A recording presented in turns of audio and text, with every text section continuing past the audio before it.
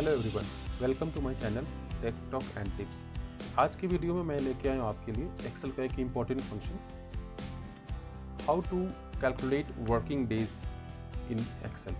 तो एक्सेल में working day calculate कैसे करते हैं, इसे आज के वीडियो में देखेंगे। वर्किंग डे कैलकुलेट करने के लिए जैसे हमारे पास वीकेंड होते हैं, सैटरडे संडे वीकेंड होता है, किसी का वीकेंड सिर्फ सैटरडे को होता है, किसी का सिर्फ संडे को होगा, या फिर जो दूसरे शिफ्ट में काम करते हैं किसी का वीकेंड सिर्फ फ्राइडे को हो, तो उस वीकेंड को रिमूव करके वीकेंड को माइनस करके जो वर्किंग डे होगा उसे कैलकुलेट कैसे करेंगे फर्स्ट देखेंगे, और सिनेरियो देखेंगे एक्सेल डेट कैलकुलेशन के पीछे का मैथमेटिक्स क्या होता है। उसके बाद देखेंगे अगर हमारे पास हॉलीडे लिस्ट है तो उन हॉलीडे लिस्ट को भी रिमूव करके वर्किंग डे कैलकुलेट कैसे करेंगे, including holiday list and number of working day कैसे वर्क करता है। तो चलिए आज की वीडियो को शुरू करते हैं। आज के वीडियो को में देखेंगे हम, जैसे कि मैंने डेट 1 लिया, यहाँ पे डेट 2 लिया, इसका डिफरेंस कैसे निकालेंगे, वर्किंग डे क्या होता है और वर्किंग डे में से हॉलीडे को रिमूव करके वो क्या होता है। एक तो देखेंगे वीकेंड रिमूव करके, दूसरा देखेंगे वीकेंड एंड हॉलीडे दोनों को रिमूव करके कैसे काम करते हैं। ऑलराइट, उससे पहले हम समझते हैं डेट के पीछे का मैथमेटिक्स क्या होता है। सपोज यहाँ पे हमने एक नंबर लिया, जैसे कि नंबर 1 ले लिया हमने, नंबर 2 ले लिया और नंबर 3 ले लिया। इसलिए मैं सबसे पहले जनरल में कर देता हूँ। नंबर 1 लिया मैंने, नंबर 2 लिया और नंबर 3 लिया। तो इसके पीछे का मैथमेटिक्स क्या होता है, जैसे कि अब फिर इस तीनों को सिलेक्ट करेंगे, इसको राइट क्लिक करेंगे, फॉर्मेट सेल पे जाएंगे, डेट सेलेक्ट करेंगे। डेट सेलेक्ट करने के बाद कोई भी डेट का एक फॉर्मेट आप ले लेंगे जो कि आपको इजी हो अंडरस्टैंड करने के लिए। तो मैंने ये फॉर्मेट ले लिया। तो अभी आप देखेंगे जनवरी 1 1900 आ गया, इसमें आ गया जनवरी 2 1900, इसमें आ गया जनवरी 3 1900। तो इसका मतलब क्या होता है, अभी मैं इसे जनरल फॉर्मेट करता हूँ। यहाँ पे मैंने पहले क्या लिखा था 1, यहाँ पे 2, यहाँ पे 3। तो आप देखेंगे ये जो फॉर्मेट आया हमारा, इस फॉर्मेट को कैसे देखेंगे। 1 को एक्सेल क्या ट्रीट कर रहा है, जनवरी 1 1900, इसके वाइस वर्सा जनवरी 1 1900 को एक्सेल क्या समझेगा 1 है, जनवरी 2 1900 को 2 समझेगा, जनवरी 3 1900 को ये समझेगा 3। सिमिलरली अगर हम यहाँ पे देते हैं 365, तो इसको एक्सेल क्या समझेगा, यहाँ पे मैं 365 लिखा, इसको सेम फॉर्मेटिंग में ला दिया। तो अभी क्या देख रहा है, दिसंबर 30 1900। इसका मतलब जो डेट का कैलकुलेशन एक्सेल करता है वो एक्सेल कैलकुलेशन होता है नंबर डिफरेंस के बेसिस पे, वो नंबर कैलकुलेट करता है और उसका डिफरेंस फाइंड करता है। तो ये डेट कैलकुलेशन के पीछे का मैथमेटिक्स वर्क ऐसे होता है। तो कोई भी डेट अगर हम लिखते हैं तो उस डेट को सबसे पहले वो नंबर में स्टोर करता है, अगर उसका डिफरेंस फाइंड करना चाहे तो वो नंबर के बीच का डिफरेंस लाता है। सपोज अगर हम यहाँ पे देखते हैं, इक्वल टू किया हमने 365 माइनस हम यहाँ पे लेते हैं 3, तो रिजल्ट कितना होगा 365 माइनस 3, सिंपल प्रोसेस 362 हो गया। और यहाँ पे लेते हैं, तो इसे अगर हम कन्वर्ट करेंगे डेट में, तो इसके लिए हमने क्या किया, फॉर्मेट सेल पे गए, डेट पिक किया और एक डेट फॉर्मेट हम पिक कर लेते हैं जो कि हमें आसानी हो समझने में। तो हमने इसे ले लिया। तो आप देखेंगे दिसंबर 27 1900 आ गया। मीन्स मतलब ये कि दिसंबर 30 में से 3 दिन माइनस किया तो 27 दिसंबर हो गया। तो होप आपको ये मैथमेटिक्स इसके पीछे कैलकुलेट कैसे करता है वो समझ में आया होगा। सेम मैथमेटिक्स हम यहाँ अप्लाई करेंगे। तो हमने यहाँ पे ले लिया डिफरेंस लिया दो डेट के बीच, इक्वल टू कर दिया हमने, जो बिगर डेट है उसे हमने ले लिया, माइनस जो स्मॉलर डेट है उसे ले लिया, इक्वल टू करेंगे 8 डेज आ गया। सिमिलरली इसे इक्वल टू करेंगे बिगर डेट माइनस स्मॉलर डेट, बिगर डेट ले लिया हमने माइनस स्मॉलर डेट ले लिया, 14 डेज आ गया।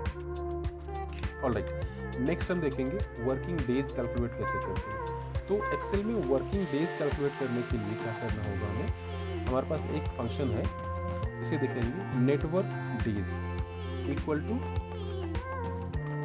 नेटवर्क डेज, नेटवर्क डेज लेंगे। अभी यहाँ पे देखेंगे इसमें पैरामीटर पास करने के लिए बोल रहा है नेटवर्क डेज। यहाँ पे देखेंगे पैरामीटर दे रहा है स्टार्ट डेट, तो स्टार्ट डेट हमने दे दिया, इसे सिलेक्ट कर लिया। सेपरेट करेंगे इसे कॉमा से, एंड डेट इसे पास कर दिया हमने और इसे क्लोज कर देंगे। तो ये नेटवर्क डेज कैलकुलेट क्या करेगा, network days by default Saturday and Sunday इनको मानेगा वीकेंड है, तो सैटरडे संडे रिमूव करके जो भी डेट यहाँ पे आएगा उसे डिस्प्ले करेगा, और ये कितना दिन होगा, कितना वर्किंग डे होगा उसे नंबर में डिस्प्ले करेगा। तो नंबर ऑफ वर्किंग डेज आ गया 7। चलिए 7 को वेरीफाई करते हैं। तो वेरीफाई करने के लिए हम एक काम करते हैं, इसी एक्सेल शीट पे एक मिनी कैलेंडर इंसर्ट कर लेते हैं। मिनी कैलेंडर इंसर्ट करने के लिए क्या करना होगा, आपको सिंपली फाइल में जाना होगा, ऑप्शन में जाना होगा, ऑप्शन में जाने के बाद इसमें कस्टमाइज रिबन का ऑप्शन आएगा, और यहाँ पे देखेंगे एक डेवलपर टैब होगा जो कि जनरली डिसेबल होगा है, आप इसे इनेबल कर सकते हैं अपने रिक्वायरमेंट के अकॉर्डिंग। जैसे ही इनेबल करेंगे ओके करेंगे तो यहाँ पे देखेंगे डेवलपर टैब एक्टिवेट हो जाएगा, पहले ये डिस्प्ले नहीं होगा। जैसे ही आप इसे इनेबल करेंगे ये डिस्प्ले हो जाएगा। डेवलपर टैब को सेलेक्ट करना है, और इसमें एक ऐड ऑन एक्सेल शीट में ऐड ऑन आप ऐड कर सकते हैं। यहाँ पे जाएंगे क्योंकि मैंने ये ऐड ऑन ऑलरेडी ले लिया है मिनी कैलेंडर, तो ये मुझे यहाँ पे माई ऐड ऑन में दिख रहा। अगर स्टोर पे जाके सिलेक्ट कर सकते हैं, बहुत सारे ऐड ऑन अवेलेबल होते हैं, तो रिक्वायरमेंट के अकॉर्डिंग यहाँ से ऐड ऑन को ऐड भी कर सकते हैं। चलिए क्योंकि मैंने यहाँ पे ऑलरेडी ले लिया है तो इसे सिलेक्ट कर सकते हैं। तो ये मिनी कैलेंडर आपको एक्सेल शीट में ऐड कर देगा। तो ये कैलेंडर हमने ले लिया, और इस कैलेंडर को हम यहाँ ड्रैग करते हैं, कैलकुलेट करके देखते हैं क्या ये 22 और 30 के बीच का डिफरेंस कितना है। तो 27 और 30 के बीच का डिफरेंस देखेंगे, वर्किंग डे की टर्म्स में 1 2 3 4 5 6 7 8 9 टोटल डेज 9 है, जिसमें एक सैटरडे है और एक संडे है। तो 9 - 2 7, ये वर्किंग डे कैलकुलेट सही कर रहा है। सेम फार्मूला आप इसे ड्रैग कर सकते हैं नीचे, ये 11 वर्किंग डे। तो इसमें देखेंगे 15 और 29 के बीच, 15 से 1 2 3 4 5 6 7 8 9 10 11 12 13 14 एंड 15, ये 15 है। इसमें वर्किंग डे कैलकुलेट कैसे करेंगे, जो भी वीकेंड आएगा उसमें डिवाइड करेंगे। तो वीकेंड का 2 सैटरडे और 2 संडे 4, तो इसमें से 4 डिवाइड करेंगे, ये 11 आ जाएगा। तो इस तरह से आप वर्किंग डे कैलकुलेट कर सकते हैं नेटवर्क डेज फार्मूला का यूज़ करके। नेटवर्क डेज फार्मूला का एक एक्सटेंडेड वर्जन है जिसमें आप वर्किंग डे अपने हिसाब से सेट कर सकते हैं। जैसे अभी जो नेटवर्क डेज फार्मूला है इसमें सैटरडे और संडे को वर्किंग डे बाय डिफ़ॉल्ट ये लेता है, तो इसका है नेटवर्क डेज इंटरनेशनल। तो चलिए इसे देखते हैं। नेटवर्क डेज इंटरनेशनल को हमने लिया, नेटवर्क डेज .inel, इसमें स्टार्ट डेट, सिमिलरली आप स्टार्ट डेट पिक करेंगे, कॉमा, एंड डेट पिक करेंगे, कॉमा, यहाँ से इसका एक्सटेंडेड वर्जन जो है वो शुरू करते हैं। जैसे कॉमा जैसे देंगे यहाँ पे आपको एक लिस्ट ओपन हो जाएगा, आप यहाँ देखेंगे एक लिस्ट है राइट साइड में, लिस्ट में नंबरिंग है, नंबर सिस्टम है। सैटरडे संडे अगर वीकेंड है तो आप 1 पिक करेंगे, संडे मंडे वीकेंड है 2 पिक करेंगे, मंडे ट्यूसडे वीकेंड है 3 पिक करेंगे। सिमिलरली ट्यूसडे ओनली वीकेंड है 13 पिक कीजिए, वेडनेसडे ओनली है 14 पिक कीजिए। तो इस तरह से बहुत सारे कस्टमाइज ऑप्शन दिए हुए हैं ऑलरेडी। तो इसमें से आपका वीकेंड जो है या फिर आप जो कैलकुलेट कर रहे हैं उसमें जिस वीकेंड को पिक करना है आप इस लिस्ट से पिक कर सकते हैं। आपको डेज नहीं लिखना, आपको सिर्फ उस नंबर को सिलेक्ट करना है। सपोज अगर हम सैटरडे संडे की बात करें या फिर कोई और एग्जांपल लेके देखते हैं, सपोज हमने लिया मंडे ट्यूसडे वीकेंड है, तो नंबर 3 ले लेंगे, यहाँ से नंबर 3 ले लिया हमने, कॉमा, अब क्या बोल रहा है हॉलीडे ले लेते हैं। तो आपको हॉलीडे का एक लिस्ट होना चाहिए आपके पास जिसमें से हॉलीडे पिक कर सके। रीज़न कि हॉलीडे डिफरेंट हो सकते हैं कंपनी पॉलिसी के अकॉर्डिंग, या फिर जिस वर्क इन्वायरमेंट में आप काम कर रहे हैं उसके अकॉर्डिंग हॉलीडे डिफर हो सकता है। तो आपको हॉलीडे लिस्ट अवेलेबल होना चाहिए। तो जैसे कि मैंने एक हॉलीडे लिस्ट बनाया है यहाँ पे, तो इस हॉलीडे लिस्ट को पिक कर लिया हमने, J10 to J12 ये मेरा हॉलीडे लिस्ट है। ये लिस्ट आपके अकॉर्डिंग चेंज हो सकता है। ब्रैकेट क्लोज किया हमने और इसमें कितना डे है 6। चलिए इसे देखते हैं। तो यहाँ पे क्योंकि हमने अब देखेंगे यहाँ पे नंबर 3 पिक किया, तो नंबर 3 किसके लिए इसे पहले नोट कर लेते हैं। नंबर 3 जो हमने लिया था वो मंडे ट्यूसडे हॉलीडे के लिए था, मंडे एंड ट्यूसडे हॉलीडे। इसे हमने क्लोज कर दिया अब हम यहाँ हॉलीडे लिस्ट लिख लेते हैं, क्योंकि जो हमने करंट सिचुएशन लिया है इसमें है मंडे, ट्यूसडे, ये हॉलीडे है।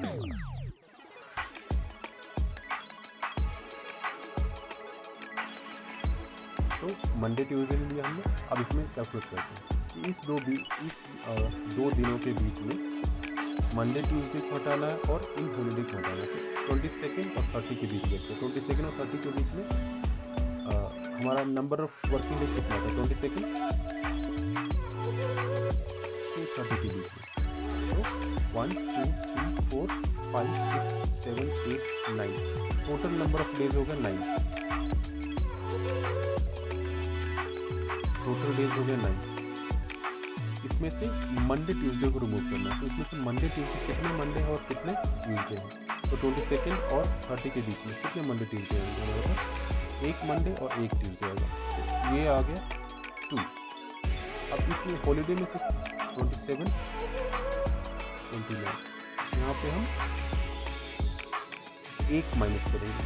क्यों? क्योंकि ये मंडे ट्यूसडे, ये 2 हॉलीडे और ये 3 ही हॉलीडे हमारे पास आ रहा है। तो इक्वल टू क्या हो जाएगा? इक्वल टू ये टोटल डेज था माइनस दिस माइनस। आप नेक्स्ट सेल को पिक कर सकते हैं।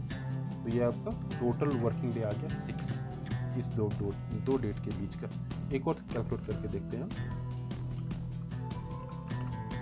नेटवर्क डेज इंटरनेशनल ले लिया हमने, स्टार्ट डेट पिक किया, एंड डेट पिक किया, कॉमा। अगर हम सैटरडे संडे को हॉलीडे लेते हैं, नंबर 1 ले लिया, दूसरा कंडीशन चेक करते हैं, कॉमा, हॉलीडे हमने पिक कर लिया इसी लिस्ट से, ब्रैकेट क्लोज किया, एंटर। तो ये 8 वर्किंग डे दिखा रहा है। तो इसमें अभी हमने सैटरडे संडे को वीकेंड लिया है प्लस ये हॉलीडे है। तो ये 15 और 29 के बीच में टोटल कितने हैं?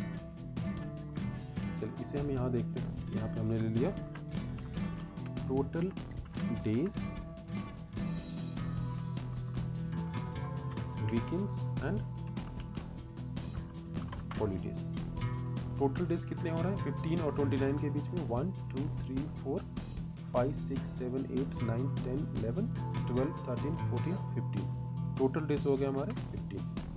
वीकेंड्स कितने हो जाएंगे? 15 और 29 के बीच में, 15 और 29 के बीच में। तो ये 1 2 3 4 वीकेंड हो गए। और हॉलीडे कितने हो जाएंगे? 16 और 2 29। तो 16 to 29 में क्या होगा? 4 हॉलीडे, लेकिन ये 16 और 27 और 29 ये 3 हॉलीडे हो गए। तो अभी क्या हो जाएगा? 15 -4 -3, ये 8 वर्किंग डे हमारे पास आ गया।